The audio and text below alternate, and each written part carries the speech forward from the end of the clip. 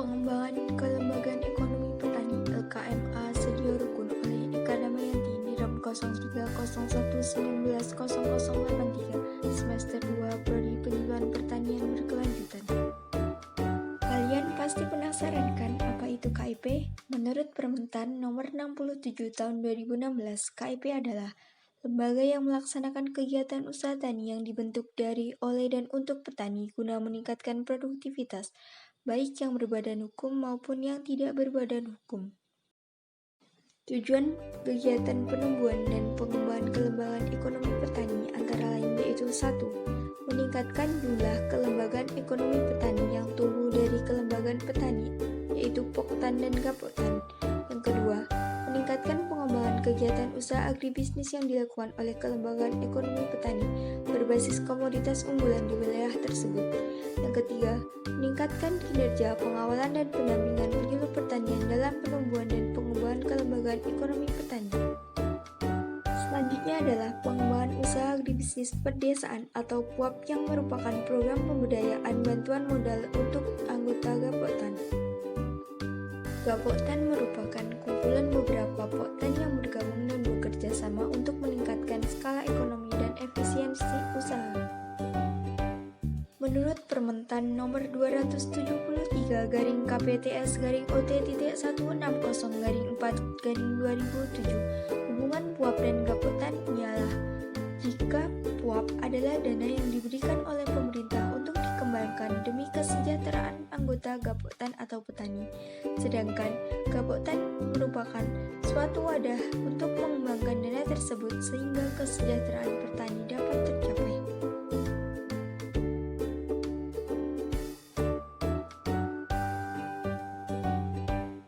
Lembaga Keuangan Mikro Agribisnis atau LKMA merupakan lembaga keuangan yang khusus didirikan untuk memberikan jasa pengembangan usaha dan pemberdayaan masyarakat, baik melalui pinjaman atau pembiayaan dalam usaha skala mikro kepada anggota dan masyarakat. Menurut Hendayana tahun 2010 terdapat 7 prinsip yang harus dijadikan acuan dalam penumbuhan LKMA.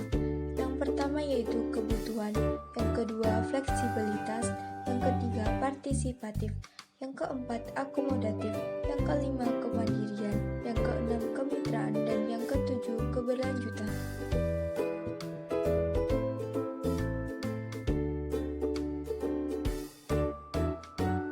Di dalam buku Pedoman Penumbuhan LKMA Gapoktan dan PUAP tahun 2012 disebutkan bahwa proses penumbuhan LKMA dilakukan melalui 5 tahapan yaitu 1. Identifikasi, 2. Validasi, 3. Seleksi, 4. Implementasi, dan 5. Transformasi.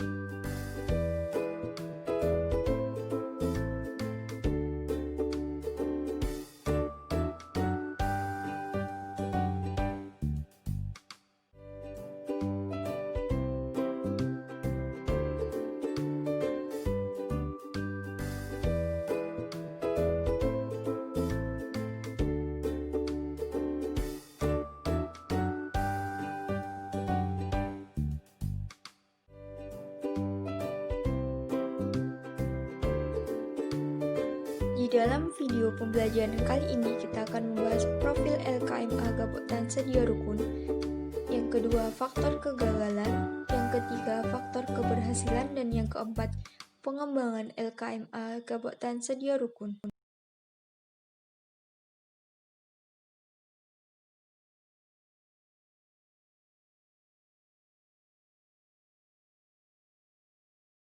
LKMA Gapoktan Sedia Rukun merupakan salah satu KIP yang ada di Kecamatan Pacitan berdiri pada tahun 2014 dengan jumlah anggota 114 orang. Kegiatan yang dilakukan yaitu simpan pinjam dan pengadaan saprodi pertanian.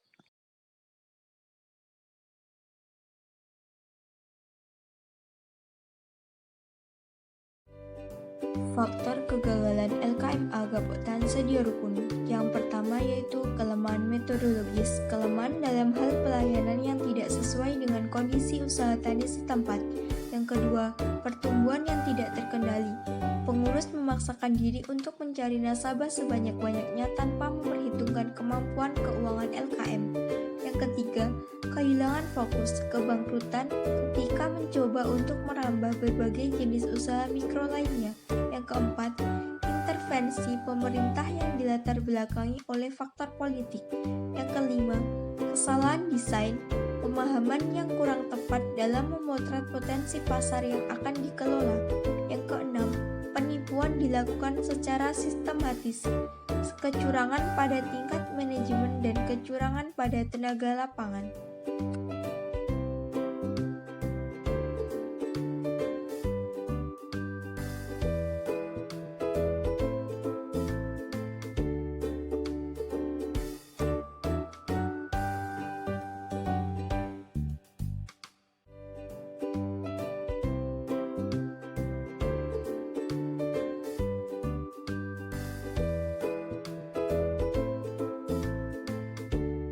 Faktor pendukung keberhasilan LKMA Gapoktan Sedia Rukun yang pertama yaitu kesadaran anggota untuk memajukan LKMA Gapoktan Sedia Rukun.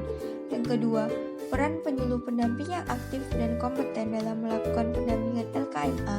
Yang ketiga, kelengkapan fasilitas atau prasarana dan sarana manajemen. Yang keempat, peran pembina tingkat pusat atau BPTP dan peran pembina tingkat kabupaten.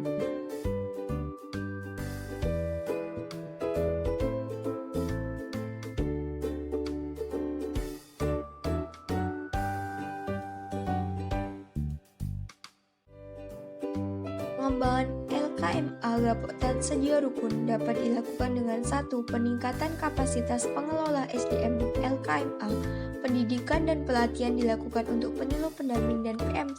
Program pelatihan dan pengembangan SDM pengurus Gapoktan dan pengelola LKMA ditata dengan baik dan difokuskan pada penugasan teknik pengelolaan LKMA. Yang kedua, penguatan pendanaan dan terjalinnya kemitraan dengan lembaga lain. Membangun jejaring kemitraan antara LKMA dengan perbankan dalam pemanfaatan skim kredit, program KUR, KKPE, dan lainnya.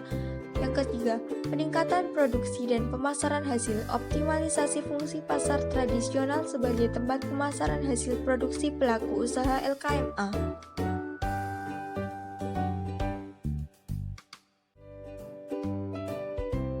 Terima kasih yang telah menonton video pembelajaran ini. Semoga bermanfaat bagi kita semua dan sampai jumpa kembali dalam video lainnya.